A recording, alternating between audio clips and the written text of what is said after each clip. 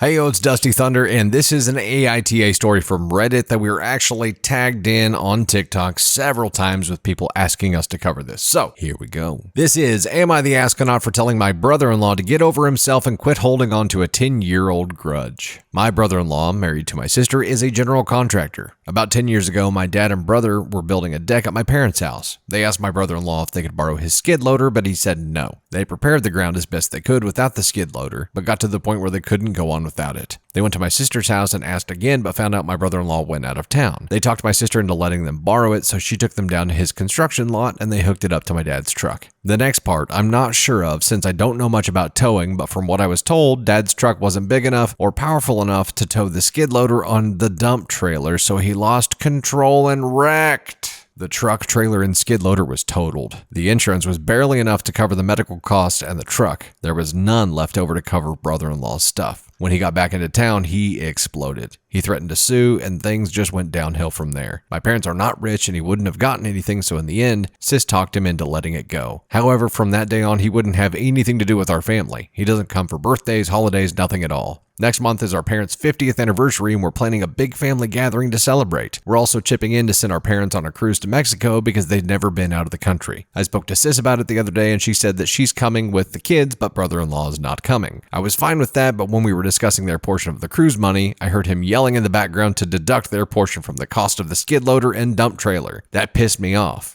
So after my call with Sis, I called brother-in-law and told him to get over himself. I told him Dad and bro made a mistake, but that was 10 years ago and he needs to let it go. He said he'll let it go when they give him the money he lost. I told him he's an ass for holding on to a grudge and putting money in the way of a family relationship. Sis called me a few minutes ago and said that they're not coming and I was out of line. We argued for a bit and that's where it stands. I don't think I'm wrong for telling him to let go of the past, but they're not coming to the anniversary party, so now I'm not sure. I don't think I'm wrong for telling him to let go of the past, but they're not coming to the anniversary party, so now I'm not sure. Answers to your questions. Let's get something straight. My dad and brother are not bad people. They are good people who made a mistake. They couldn't pay brother-in-law back because he wanted almost $70,000, and again, we're not rich. Dad had to buy another truck because he needed it to go to work. On the other hand, brother-in-law had 3 other sets of skid loaders and dump trailers on his lot that day, so he could take the financial hit while my parents would be homeless. Brother-in-law and Sis are way better off than the rest of us, so while I understand your reasoning of paying brother-in-law back, he doesn't need it.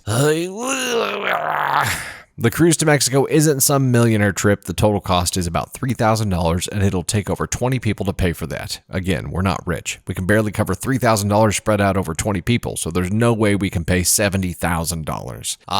Okay. If someone, without your permission, came and took $70,000 worth of equipment and destroyed it, you would probably be pissed off forever. And OP, it was OP's dad and brother that were the culprits in this, and yes, they made a stupid mistake, but OP's got no dog in this fight. Him getting involved in this at all is dumb. Stay out of it, man. Like, he wasn't part of the quarrel, now he is because he stuck his nose into it, and yeah, the brother-in-law's a contractor. That's his business. Those are tools that he uses to make money. Even though he had other pieces of equipment there, those are also pieces of equipment that he uses to make money. So if he had 3 others there, if he had 4 of these setups total, then a quarter of his ability to make revenue with that equipment disappeared. So it's not just the equipment that got destroyed and didn't get replaced. It's a quarter of the revenue that he was making now gone too. That's not the point of all of this though. The point is that OP had no reason for sticking his nose in it. It doesn't matter what OP's opinion is here. And if somebody had hit him for 70 grand, then I'm sure he would be salty about it for a very long time too.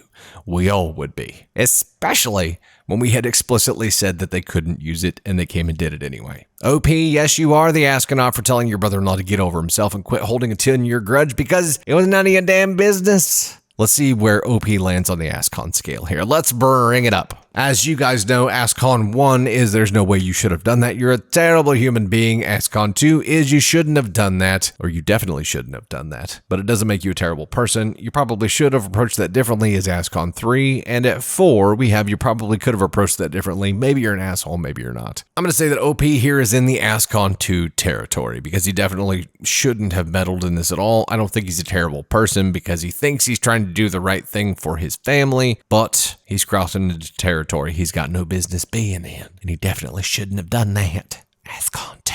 Let me know what you guys think. Of course, our life experiences are going to shape our opinions here, and I'm never going to see the same thing that you see. So let me know what you guys see here. What would you do if someone did this to you, took 70 grand worth of stuff that you told them not to use and destroyed it and then couldn't replace it? How long would you hang on to that grudge?